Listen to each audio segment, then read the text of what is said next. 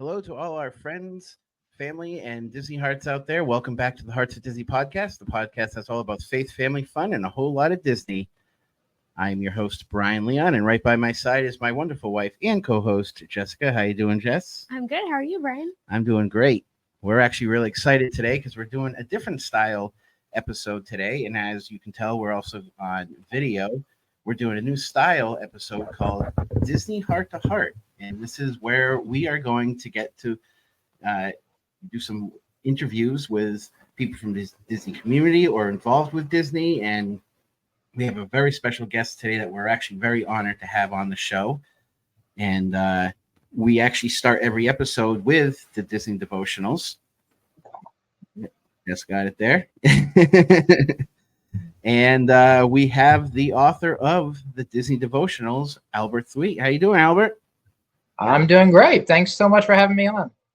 Thank you for coming on. We are very honored to have you on the show today. And it's very exciting. And it's going to be exciting for the listeners because, you know, we do this every episode. And now we get to see the author behind the books that we read, the devotionals. So it's really awesome. So like we start every episode, we're going to be doing the Disney Devotionals. And this is where I normally turn it over to Jess to do the Disney Devotionals, but we have the honor of saying we're going to turn it over to the author himself, Albert Thweatt, to do today's Disney Devotional. And it's nice to put a face to the devotionals. Thank you so much. I know I probably won't do as good of a job as Jess usually does, but I'll try my best. Oh, that can't be true. So devotional today is Mission Space. And so we are still in Epcot. So here goes. In reality, coming out of Test Track, we would most likely run all the way across Future World to ride one of the two other very popular attractions. However, since we are already over on this side of the park, let's go ahead and ride the other attraction over here. This one happens to be right next door and is called Mission Space. Personally, I have mixed feelings about this ride.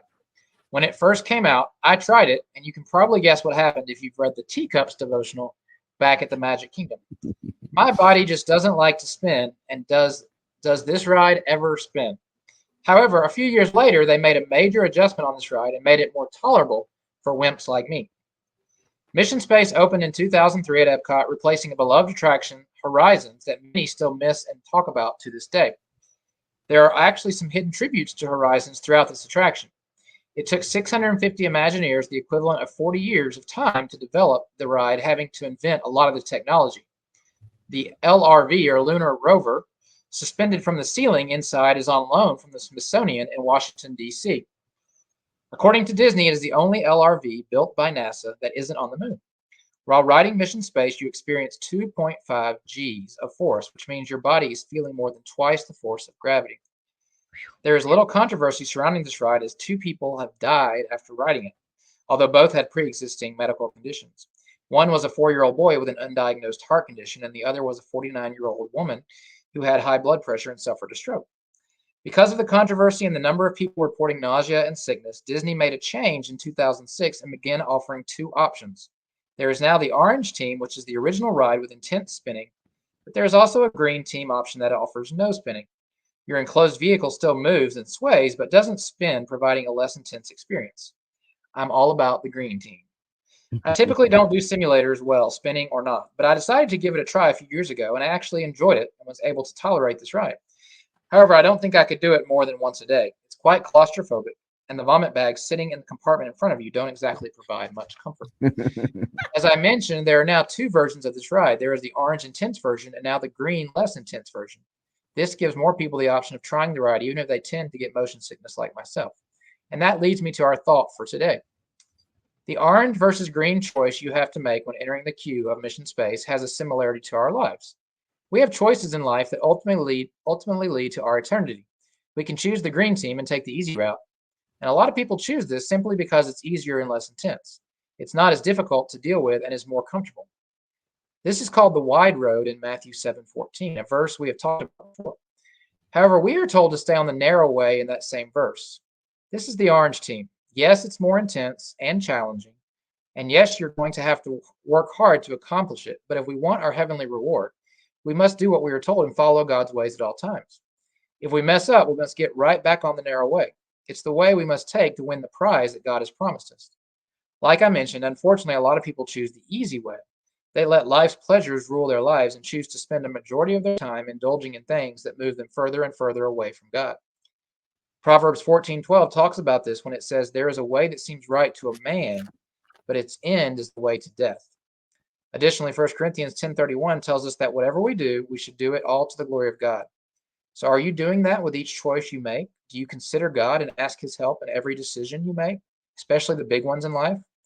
Or do you take the easy way out, doing what's fun or what you see others doing, even though it may be leading away from God?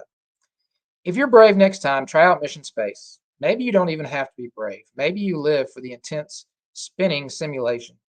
However, it's also okay to choose the green team if you want. I'll be proudly in the green line. It may be the wiser choice for your health after all. When it comes to life, however, and the decisions you make, don't choose the easy way out. Choose to follow God at whatever cost. You'll be so much happier in the end if you do. Amen. And that's a really good devotional for today, because we're actually talking about that at church today. We were actually talking to the wall about it too today. Yeah. We were she had said, "Life's really hard, Mom." And I said, "Yes, it is. And unfortunately, honey, it's not going to get any easier." Yeah. But yeah, they were talking about it in church, and it was, just like you said in the devotional, sometimes we have to take that harder route, but the reward is there, and Jesus is going to walk right by our side all the way through. So that's why I said it's a narrow path, because it's so many people choose to take the easy way. And I used to be a school teacher, and I would end every day with my sixth graders. I would say, "Stay on the path." I was taught at Christian school, so I would say, "Stay on the path," and they knew what that meant. And so that verse, Matthew 7:14, that's one of my favorite verses, because that's kind of what it's all about, is staying on that narrow way, even though it's hard sometimes. So yeah, and some people have a really hard time with that, and they just don't know where to go. And it's like, just ask him, just ask him, and he will help you every bit of the way. I mean, it may not always, it's still going to be not as easy, but at least he's going to be there all the way through with you. And yeah, like you said, stay on the path. It's great. But go ahead. So as far as the ride section of this, I am totally with you on the green side. I don't do spin rides. Like teacups, nope, I'm good. No, we go to Six Flags near us. I don't do 90% of the rides because they're all spin rides. I said, yeah, can we make something that's not spinning, please? I did the orange ride one time, and that's it. I'm done. I was out for about an hour on a park bench. Nope. See, I can't even do the teacups without going and feeling like rum. And he will get it spinning to a point of like being a blur. Doesn't bother you. Nope. Doesn't bother Brian. Nope, no, he will go on all the swings. I'm an adrenaline junkie. I am Team Orange all the way. I will be.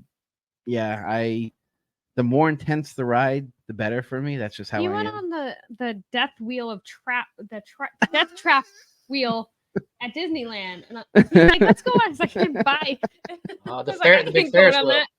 Yep. Oh, I love that.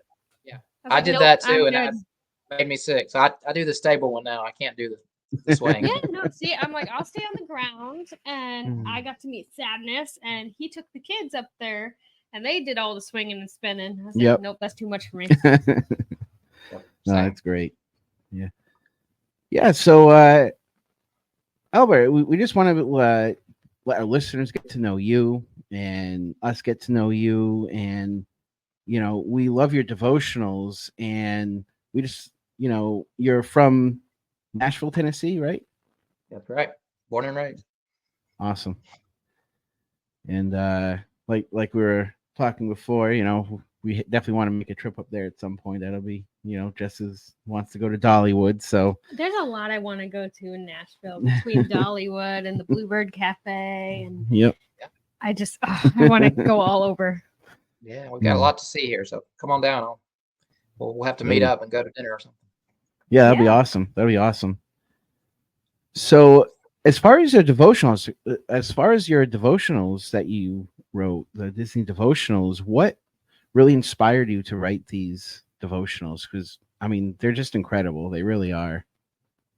Well, thank you. Well, if you read the intro to the book, you may know that this book was a complete accident.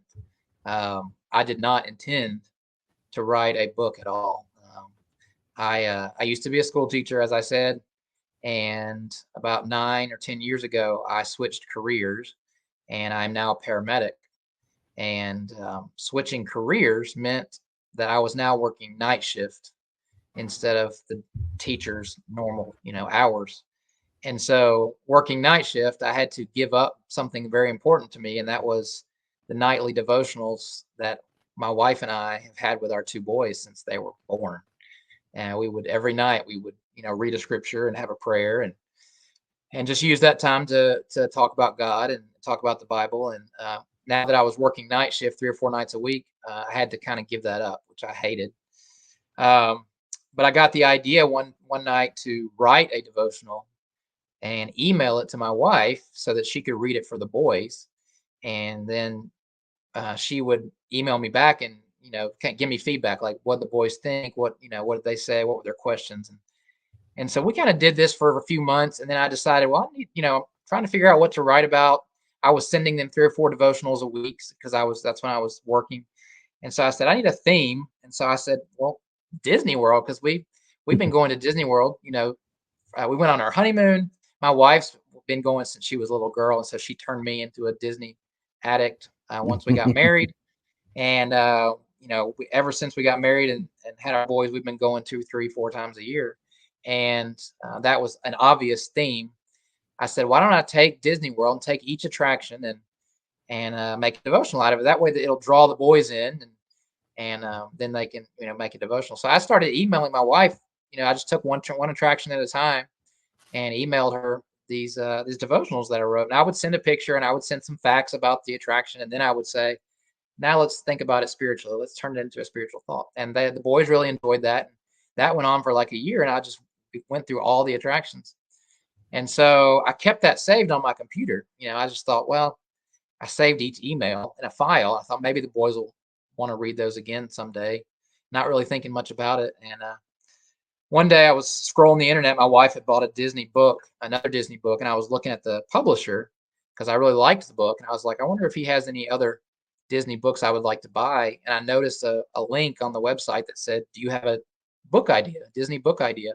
And it just hit me all of a sudden. I was thinking, I wonder if he would publish my devotionals, but I didn't think he would. It wasn't a spiritual website. It was a Disney website, Disney books, but it wasn't Christian or spiritual by any means. But I sent the idea. I sent him a few examples, and long story short, too late, I know, but he wrote back and said, this is a great idea. I don't know that anybody's ever really done this, and so I would love to publish your devotionals. And he said, take some time and edit it, clean it up. And he had the idea of getting each one on 2 pages, so making them the right length. And it took a little over a year of that process, but eventually it got published, and it led to so much positive feedback, and it led to just that it was just an amazing gift and blessing for me. And I was getting to interact with so many wonderful people like yourselves. And it's led to eventually 3 other devotional books as well. So it's just been an amazing journey that God has given me, and a way to share this with others and hopefully share with their families, in a way to kind of draw their children into a spiritual discussion and relationship with God. So it's been a great journey. It's incredible. I mean, it's such a powerful testimony too, because it's also kind of leads into your devotional from today. Is sometimes we have to take that hard path, and you change careers. You kind of went down that, hard path, because now you're not seeing your family as much. And because you took that harder path, God made a way for you to still interact with your family and do the devotionals, which led to something even bigger. Yeah, and we have one of our listeners is blind. Yep. She's blind, and she didn't have a way to read these devotionals, and she said that she was so grateful to us reading these, because now she can actually listen to these devotionals, and it means a lot to her. Yeah, because she said she tried finding if it was ever an audio book at all, and she couldn't find it.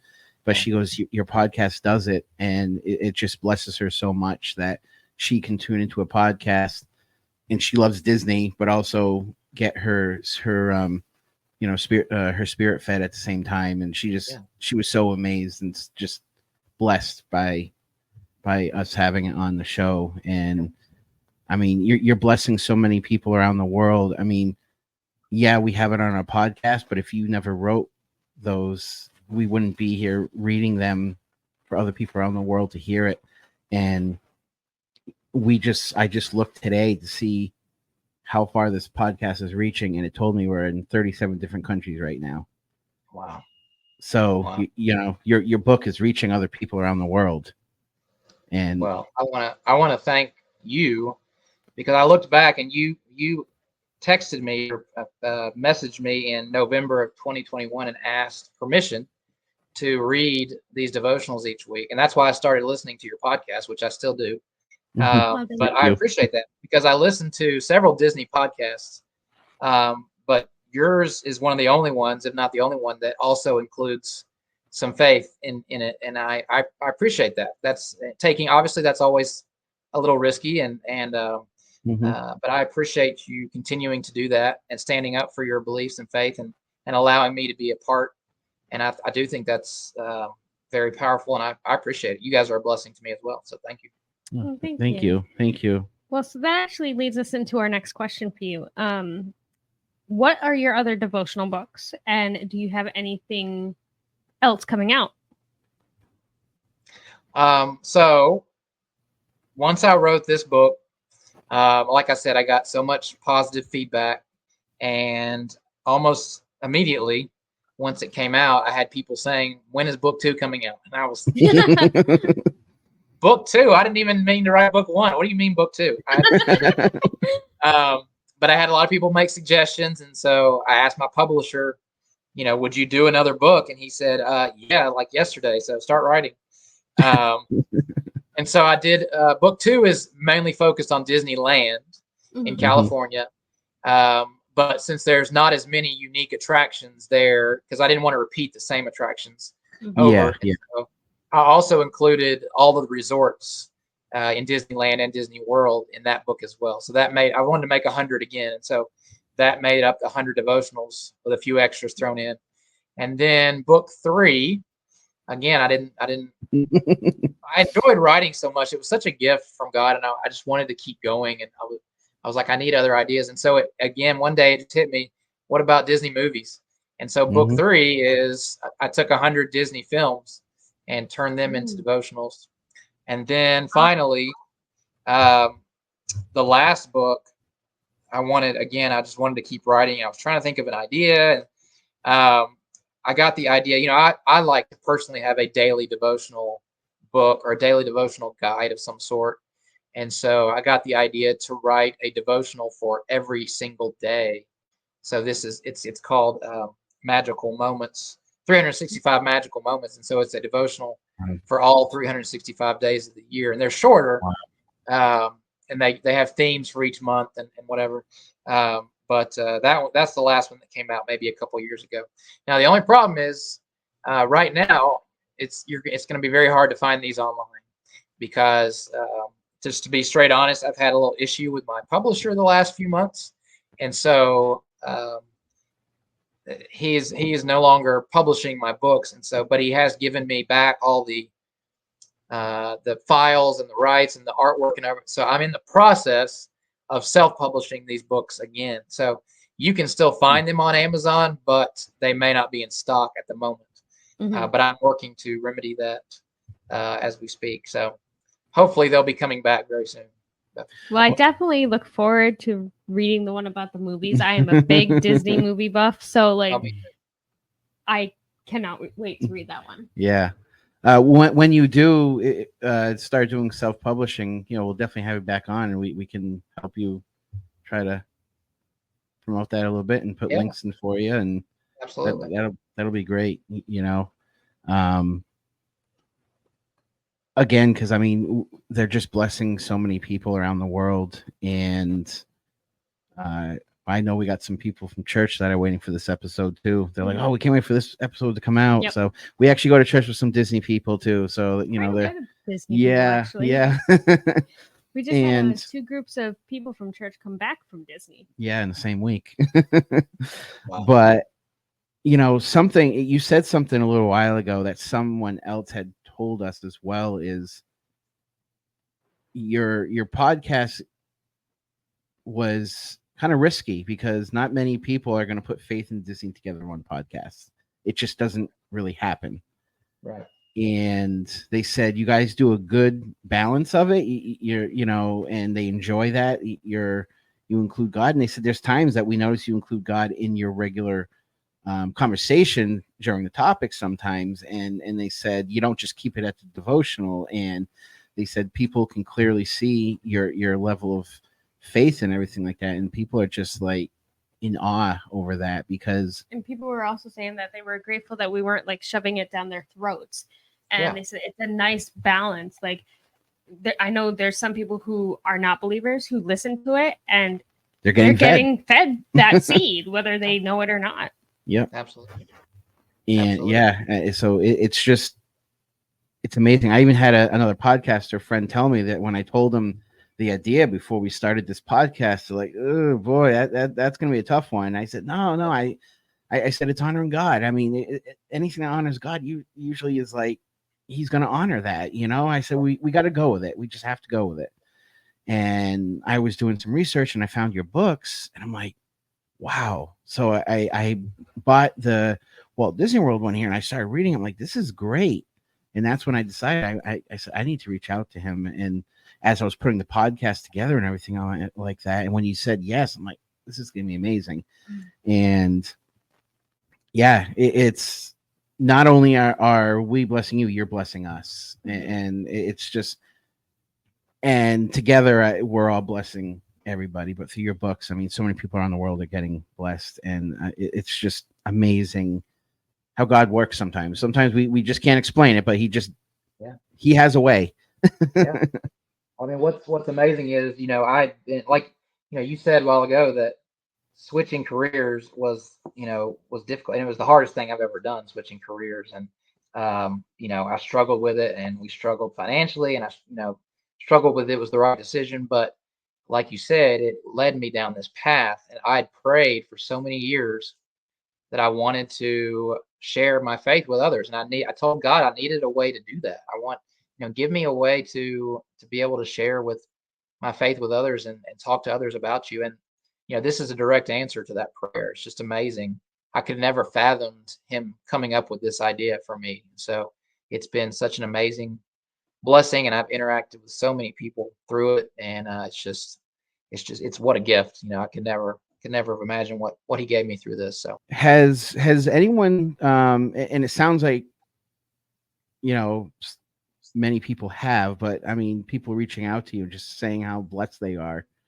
You said you have people that said, oh, when's book 2 coming out? So obviously they're very blessed from it that they needed book 2. But I mean, is there anything that really sticks out to you that they came out and said, I mean, your books have blessed me so much? Yeah.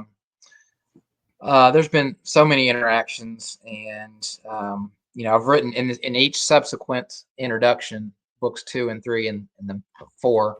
I've highlighted some people that in the intro that kind of stuck out, things that they've done, things they've said. But probably the one that stands out the most is I had a lady contact me from Texas, and she said that she and her husband had been reading this book to her 3 children, and she said, I just want you to know that we read the first devotional with our 2 sons and our daughter about the welcome gate, and as a result of that devotional, our middle son said that he wanted to accept Christ as his Savior. And Wow. That night he prayed and accepted Christ, and I was just floored. I mean, I just sat there and just stared at that email, and it was just so humbling, and such an honor that I could play a role, a small role in that child's life. And what's even more amazing is I stayed in touch with with that lady, and I gave them a shout out in one of the books, and we kept in contact. And it just so happened that a few months later, we were at Disney World at the same time, and Wow. we were scheduled to be in Magic Kingdom on the same day. I said, well, we've got to meet up. So I met this family, and I met this boy, and kept a relationship with them. And actually, about a couple of years later, we met up in the park again. It just worked out. Wow. So I've got a relationship with this amazing family, and we communicate back and forth all the time. But I've gotten to watch these kids grow up, and again, just knowing that I've gotten to play a part, that one probably has meant the most to me. So that was definitely, that's amazing. You gave me the goosebumps. That's just amazing. Wow. I mean, talk about how God just orchestrates things. Yeah. I mean, wow, that's incredible. It really is. So, what is your favorite Disney memory? Oh man, so many. Like I said, we've taken our boys. I have two sons. They're now 22 and 20, so they're old. They're men. He says they're old. My oldest just graduated from college in the spring, and then my youngest, he's a sophomore at a college in Arkansas. But we've been taking them to Disney World since they were like 6 months old, which is probably way too young. But my wife, like I said, grew up at Disney and turned me into a Disney lover. And so many wonderful family memories, that I could talk about. But again, probably one of the greatest memories is just being with my wife on our honeymoon and her introducing Disney to me. I had been a couple times as a kid, but it didn't really take. But when we went on our honeymoon, she really, showed me what Disney magic is, and what being a Disney Heart is. Mm-hmm. And from that moment on, I was hooked. And so I think that just the start of that journey that I've had with her on our honeymoon, I think that kind of makes it maybe my most favorite Disney memory. That's awesome. It really is.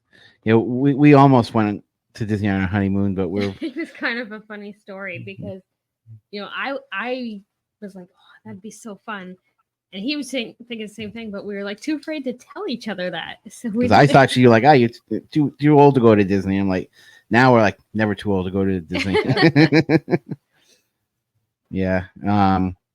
Yeah. One of the things we're going to ask you, I think you've really answered it, unless there's something else that you would want to mention, is like how everything spiritually blessed you. And I think we can see a lot of how it did. Was there anything that you didn't mention so far that you would want to add to that? If not, that's fine. I don't know. I long for ways to continue to connect with God and continue to have a relationship with Him, and I also want to, like I said before, share that with others. And I think that's why we're here, really, is to live our lives for Him and to share that with others and show them what a relationship with God means and why it's important. And so, my constant prayer is that He continues to give me ways to share my faith. And it takes work. I mean, it takes work to be bold and to not go along with the crowd and to not take the easy way out and to not, be of this world, because we're called to be different. And so, I think this has been a way for me to do that and to share my faith with others. And, I've been so spiritually blessed through it. So that's awesome. Yeah. It's again, I can't say enough how much, God has done through your books. And yeah, it's getting us close. It gets everyone closer to God. You think that you're already close enough to God, and it's like, there's no way you can be close enough to God. You always can be closer. Yeah. So yeah. I've had people reach out and say, this is so good for our family because our kids love Disney so much. They love the Disney movies. They love going to Disney World. And then this takes that and then it ropes them in, with the Disney, and then the way you can transition it to a devotional thought. And it wasn't always easy. It's not easy turning Pirates of the Caribbean into a spiritual thought. Very nicely. But you think and you figure it out, and again, they just say their kids it's really good for their kids to, and so that's been a huge blessing, is for it to be more of a family thing. And so I've had a lot of families reach out and say that that's really been meaningful for their kids, and that means the world to me. So yeah, definitely, because it's hard to find a good family devotional. I mean, I've looked for some, and there's the Bible app and everything, and they claim family ones, and I look at them, it's like not completely family, but Disney is where families hang out, and it's the perfect subject for families to do devotionals together, and they can relate to, especially with the kids or even adults, relate to an attraction that they love. And then now when they go on that attraction after reading your devotionals, now it gets them thinking, like, wow, so it definitely speaks to a lot of families, and I think that's one of the key things, is family spending time at Disney, but family spending time over at with your Disney devotionals. And I heard one person in one of the groups, so I'm in a lot of groups, and we all promote our podcast and vlogs and stuff, and one of the people from one of the groups had told me they listened to the podcast and they heard about Disney Devotionals through a podcast. They bought the book, brought it on the trip with them, and at the end of the day, they said, "What was your favorite attraction for the day?" And the kids would say, and they would read that devotional about their favorite attraction, and that helped them relate. Yeah. So it's that's a great idea. It was really cool. That is a good idea. So Disneyland or Disney World? Or both, because I'm a both guy. So I'm a both for different reasons. I mean, Disney World is my original. I know it's not the original, but it's my original. It's where I first went. It's where, like I said, it's where I went on our honeymoon, and so that makes it very special to me. It's obviously where we go most often. Being in Nashville, we're a lot closer to Disney World, so we go there a lot more often. There's so much to do there with the 4 parks and with all the resorts. We have a goal of staying in every resort, and we have so many favorite restaurants there that we love, and so that makes it very special. But at the same time, we've been to Disneyland maybe 3 times, and just the history there is just incredible. Just to think that you're walking where Walt walked, and seeing his little apartment, and that makes it very special for it being the actual original park. So we love going out there whenever we can, even though it's a little bit more difficult of a journey. But so I'm a both guy, I guess, for different reasons. You're actually, I'm both as well, for the same exact reasons. I love Disneyland because I love Disney history. I love it, and I love reading about Walt a lot too. And like you said, it's a place where he walked, and you can almost feel Walt there when you're there, and you feel like he's going to walk around the corner anytime. And yeah, there's just something about Disneyland that just kind of pulls at your heartstrings at the same time. Like, it's just an amazing place. I do like Disneyland, but I am a Disney World girl through and through. Yeah. I understand that. We're actually talking about going to Disneyland next year for the 70th anniversary. So which would be fun. So, but we're trying to go back. We're trying to go back ourselves. We haven't been in maybe 5 or 6 years, so it's far time for us to go back. They've added so much since we've been there. We need to. Oh yeah. Yeah. Now they're adding more. Tons more. So yeah, that would be. Yeah, I'm a both guy all the way, and like I said, for the same exact reasons. So. Yeah, but talking about the parks. What's your favorite Disney snack? Favorite snack? Yeah. Oh man, there's so many good ones.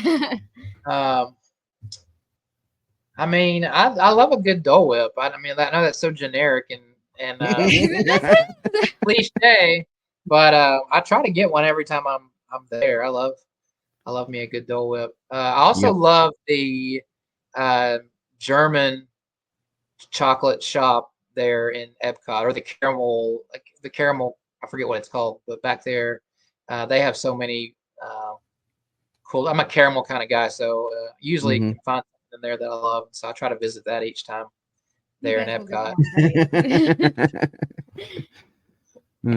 That's cool. So, Yeah, Dole Whip for me all the way. I love the Dole Whip. I had a different kind of Dole Whip last time we were there. It was one of the, they have creating all these different Dole Whips now. Oh, you had the peanut butter and jelly one. No, that was the peanut butter jelly soft serve at Epcot. What'd you No, have? we were in Magic Kingdom and we went and got a Dole Whip and it had like a red sauce and it was like in a red soda. It was actually really, I forget the name of it. It was like a lava something. I don't know. It was really good. It was very refreshing. It was the first time I had, because I'm normally an original Dole Whip kind of guy. I like the actual Dole Whip. I'm like, that one looks good. I'm going to try it. And yeah, it was really good. Have you ever been to the Swirls on the Water at Disney Springs? There's a little kiosk. There's a little kiosk place. I think it's called Swirls on the Water, and they always have different flavors of Dole Whips that they rotate every few months. So we try to go there every time. They've got some really neat flavors, and you can do a sampler. You can do a sampler where you can try 3 different ones or whatever. So that's wow. neat. Oh yeah, we're going back. Happening. Yeah, we're going in November because Disney asked us to vlog the Christmas party, so we're going down there, and we'll have to try that. That sounds good. For sure. As far as snacks goes, I love the cheeseburger egg I rolls. knew you were going to say that. Those are good. No, they are good. They are good. Yep. So, what is your favorite Disney attraction? Oh, me. So for the longest time, I had a very weird answer to this question. And so I have always loved the attraction Dinosaur at Animal Kingdom. And I know some people hate it, but I love it. I love the pre-show. I love the ride. But I also know that it's about to go away and turn into Indiana Jones, which I also love at Disneyland. And so I will also say probably that my favorite ride after that is Flight of Passage, also at Animal Kingdom. So I love that ride. So much about it, the smells and just the mist in your face. I just think that's the neatest ride. But I don't know. It's constantly changing because they keep adding these rides. I love Guardians. I love Tron. So there's a ton of rides that I love. So I think Dinosaurs just unnecessarily rough. It's supposed to be. You're on an all-terrain vehicle. I know, but I'm like, oh, why are we planting? I will say, talking about Indiana Jones, I'm glad they're giving the one in Walt Disney World its own storyline, and they're not doing a copy and paste. Because they tend to do that sometimes with like you look at Galaxy's Edge and things, but they're giving its own storyline, and I'm like, this is going to be good. I'm excited, but I have to say, I think it's really cool that you're mentioning rides from Animal Kingdom, because when we ask people like in conversation, what are your favorite attractions? Normally, you hear either Hollywood Studios or Magic Kingdom rides. You never really hear Animal Kingdom, and we're always trying to tell people how awesome of a park Animal Kingdom really is. Yeah.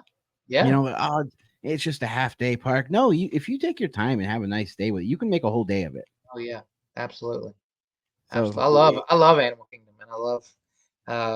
It's not my favorite park, but it does have my favorite rides, and so I love visiting there. And there's a lot to do if you really do some exploring. So. Yeah, there is a lot to see, and I wish people, because sometimes people just go for rides. Me, I like to just meander sometimes. Sometimes it's just nice to say, you know what, we'll go on some attractions, but let's just kind of meander around and take our time. And that's when you really can, discover new things. Well, all the right outside of the Tubi's Canteen, all those Avatar routes and stuff are like drums. Mm-hmm. So you would only know that if you walked past and saw another kid playing with it. But like, your kids could spend hours playing on those. Mm-hmm. Yeah. So, but yeah, that's cool because like I said, you don't hear that often, and those two rides, I think Dinosaurs are a really good ride. I mean, we went in April as well. We went on it 3 times in one day, so which was really cool. And Flight of Passage, I mean, that's just on a whole nother level. That ride, that really is. That set the bar high for upcoming attractions. It did. I love it. Yeah. Well, this is a big question. Okay. What is your favorite Disney movie? Okay. I also have an unorthodox answer to this question as well because I love it. I love it.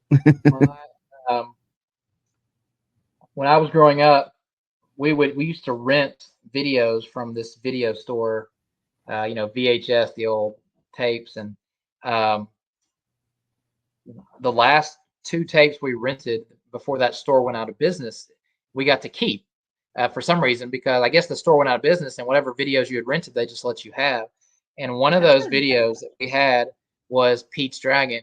And I used to watch Pete's Dragon over and over and over again. And to this day, it is my absolute favorite movie. I love the story. I love the music so much. And I mean, I know it word for word, but and I have a giant figure of Elliot the Dragon over here on my shelf. It's just my favorite movie, and so I don't know, I love it.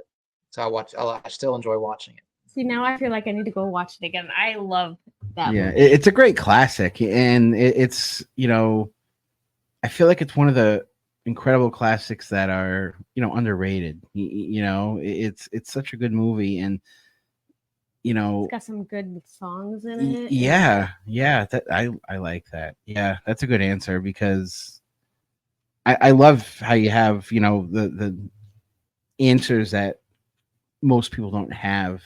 Right. I mean, that just makes things really cool because Pete's Dragon, you don't hear a lot of people say that, and then it gets you thinking like, wow, that really is a good movie. So yeah, definitely. There's a lot of good ones. I mean, I've got a lot of runners up, but oh yeah. That's like me. I love. I'm sure you know what I'm going to say. Saving Mr. Banks. I am. Oh yeah. If this movie was that a VHS, it would be dead by now.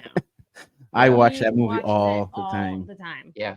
Well, again, I mean, I like history, Disney history. Mary Poppins was one of the first movies that I saw in a theater that I remember. I remember my mom taking my sisters and I to see it when I was like 5 years old or something, and so I've always loved that movie. And when then Saving Mr. Banks came out, and that just knowing that story, I just think that's a neat combo to watch those 2 movies together. So those are in my top 10 as well. I love those. Yeah, that's definitely one of my favorites. I mean, it's because like I said, I love Disney history, and to see what he went through just to make some of the this movie, and it can't be the only movie where he went through some of this to make them happen when he doesn't own the rights. Well, it's funny. It's not a Disney movie, but Walt Before Mickey. That's a good one. Is a great movie, and it's all about Walt Before Mickey. Yeah. I mean, it was a really good story. It really shows you what he went through to get to where he was or where the parks are at now. Yeah. Disney is literally a family household name. I don't think there's anyone out there who hasn't heard of Disney. Yeah. So speaking of Walt, this is one of my favorite questions to ask people because you never really get the same answer. Once in a while, you kind of get the same basic ones, but I mean, normally I don't hear the same answer. It's actually one of the questions that we have to join our group. Yeah. So to hear people talk about this is cool because to me it means a lot. But if you had the opportunity to sit down with Walt, whether it was have a cup of coffee or even walk one of his parks, whatever park it may be, and you had the opportunity to ask him, a question, what would that question be from you to Walt? Yeah. I've actually been asked this question before, and I've thought about this before, but it is a great question because I love Walt history. I love reading up on him and watching movies about him, like Saving Mr. Banks, and I think he was a fascinating person. But I would love to walk around the parks with him and just ask him. This may be kind of a cliche answer, but I would love to ask him, how does this differ from what you envisioned? If you envisioned your parks, you know, how would you change it? What did you see it being? And look at what this has become. And I think he would like some things, but I think there's other things that he might not like, that he would do differently. So I would love to know, what he would have done, and if it would be the same. I have to agree with that because, I've said it to Brian before. Do you ever think that Walt would be happy with where Disney's at today? Or would he have issues with some stuff? I'm really curious what he would think about it. Yeah, and I agree with you, Albert. I mean, I think he's going to love some things, and I think there's going to be things like, what is that doing there? Exactly. Yeah. And I mean, just like that new Walt animatronic that's going in Disneyland, there's a lot of mixed emotions on that right now. And people are like, Walt wouldn't like that. And other people are like, but at least they're putting Walt back in the parks, because it almost felt like they're trying to take Walt out of the parks a little bit. And now they're putting him back in. Right. So a lot of people are happy to see they're putting him back in. So like, Walt's not like that. He wouldn't want an animatronic of himself there. So a lot of back and forth with it. Right. A lot of back and forth. And I understand that. And I know he was humble like that, but I do think it's important to keep him a part of it. And I love that Hollywood Studios has the One Man's Dream attraction, just so you can see the history there. I think that's important. I hope they don't get rid of that, because I do think he should be a part of it. Yes. I think they would get a lot of backlash on that if they took it out. Yeah, because a lot of people are nervous that whole section is going to be going away because Monstropolis going in. But if for whatever reason they had to knock some of that down, I would hope they would at least move it somewhere else. But because I agree, they need. I love every time we go there. I always make sure I walk through. I don't care if it's I know they change it out every so often with new stuff, but I don't care if it's the same stuff. It's just it's almost like that time with Walt.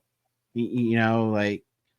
It's you understand, because you're a Walt guy as well, and it's just really cool to see the progress of who he was, where he is, and I mean, even though he's not alive today, but like where everything is now. Like, I don't think he ever envisioned that it would be as big as it is today. I think he knew it was going in that direction, but I don't know if he really fully understood how. Like, was it really going to get this big? Where it's a literally a dynasty or an empire that he built. Yeah, and what's funny is in the back of One Man's Dream, they usually have the actual costumes of the most recent live action movie that was popular that year. Last time we went, they had Cruella's outfits, and they had Haunted Mansion. And then the trip before that, they had all the Descendants outfits in there as well. Yeah. So, yeah, it's definitely a good section. It would be nice to make it a little bit bigger so they could fit more in there. But I mean, I totally get it. Maybe some like original props that were around when he was around. Yeah. But yeah. One thing I know I would ask him, I mean, what you asked is definitely something I would ask him as well, but something else that I would be asking him that I've always thought about was is there anything that he would want to do differently if he had to do it all over again? Yeah. Knowing what he knows now. Right. Because, I mean, I did an episode about like opening day of Disneyland. So if there's ever an episode where Jess isn't able to join, that's when I can get a little more Disney history in some of the episodes, and because I'm more the Disney history buff, and she's more like the movies kind of buff. But yeah, it's like, would you do anything differently? Yeah. I mean, because opening day of Disneyland was Disaster. Yeah. messy. It was messy. So I mean, yeah, and even if you wanted to look at where everything was today, what would he do differently if he wanted to? Right. So, Right. yeah. So since we are the Hearts of Disney podcast, and it's all about Disney hearts, in your opinion, what makes a Disney heart? That's a good question. And I love your podcast name. Thank you. Thank you. I think that's very special and very important. But in my mind, a Disney heart is just someone who is who appreciates the gifts that Disney brings. Um, like we said, there's some things that Disney does that I don't always agree with, or and I know a lot of people feel that way. But at the end of the day, Disney does a lot of good, and they bring so many people together, and they bring families together, and their movies. Most of them, if not all of them, have such great messages, and Yep. we grew up on them, and so I just think a Disney heart is someone that um, is affected by that magic and sees it and appreciates it and takes it for what it is, and chooses to see the good in Disney, Mhm. and chooses to see the magic, and has joy because of the gifts that Disney has given them. And I know I certainly feel like Disney has given myself and my family so much joy and happiness, and it's given me gifts like this, and Yeah. so I feel like I'm a Disney heart myself, just because I've been affected by the magic, and I'm all in, and I plan to be all in as long as I can be. So it's very special to me. I mean, you just summed it up. I mean, that's like the perfect response to. I mean, that is a Disney heart. I mean, yeah. Again, you kind of gave me the goosebumps again. That's it's a lot of people ask us like, "Oh, are you going to Disney again?" Or "Why do you love Disney so much? Why do you have a Disney podcast?" And I'm sure you hear it a lot too. And All the time. it's like you have to come to Disney and not be in like vacation mode. You have to come to Disney all in, like you said, and want to experience the Disney magic in its fullest, and just be, in the Disney bubble, because some people are like, oh, well, we got a hotel in Orlando. We're going to go to Disney on this day. Orlando, I mean, Universal Studios over here. But it's like you're not really immersing yourself in the magic. You got to immerse yourself in that magic.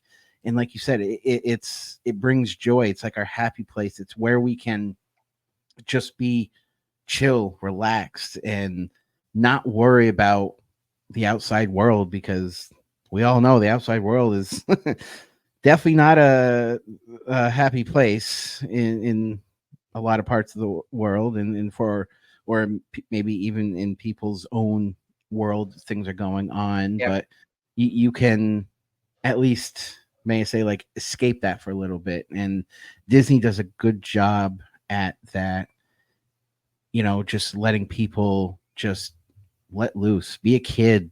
I don't care if you're 70 years old. Just go and be a kid, enjoy it. I'm a big kid with my kids, I mean, and don't hold back. Just be yourself. Let Disney just really show you the magic and the joy it can bring to people. And it's definitely a place where, like our family, like we don't see each other a lot during the week, because I'm a second shift supervisor, and Jess works morning, so we don't see each other during the week a lot. Weekends we do, but when we couldn't go to Disney, we can just be together and experience the Disney magic together. And it's people just won't understand it unless they just try to immerse themselves into it more. So Yeah, definitely. Your response is just that was a top-notch response. It really was. And I've had people say the same thing to me. They said, why do you go 3 and 4 times a year? And, we went once and we were waiting in line all the time. And, I was just like, well, you didn't really experience it. It's not about lines and having to do all the attractions. And I said, that's not what it's about. It's about taking a breath, experiencing all of it, the resorts, the restaurants, the shows, the rides, just all of it, taking it all in and taking it at your own pace. And then you start to see the magic. It takes some work and it takes some understanding and some time, but there's something different about it. It's not like any average theme park in the world. It's exactly. something special. There's stories behind everything there. So that's what makes it special. Yeah. And if you immerse yourself into the stories, you're part of the story, and to be part of that story just makes your day. And then at the end of the day, you're like, wow, that was incredible. And then when you get hooked, when you're leaving, you're already thinking about, so when can I come back next? Yeah. I always have to have a Disney trip on the horizon. I mean, I keep a countdown on my phone.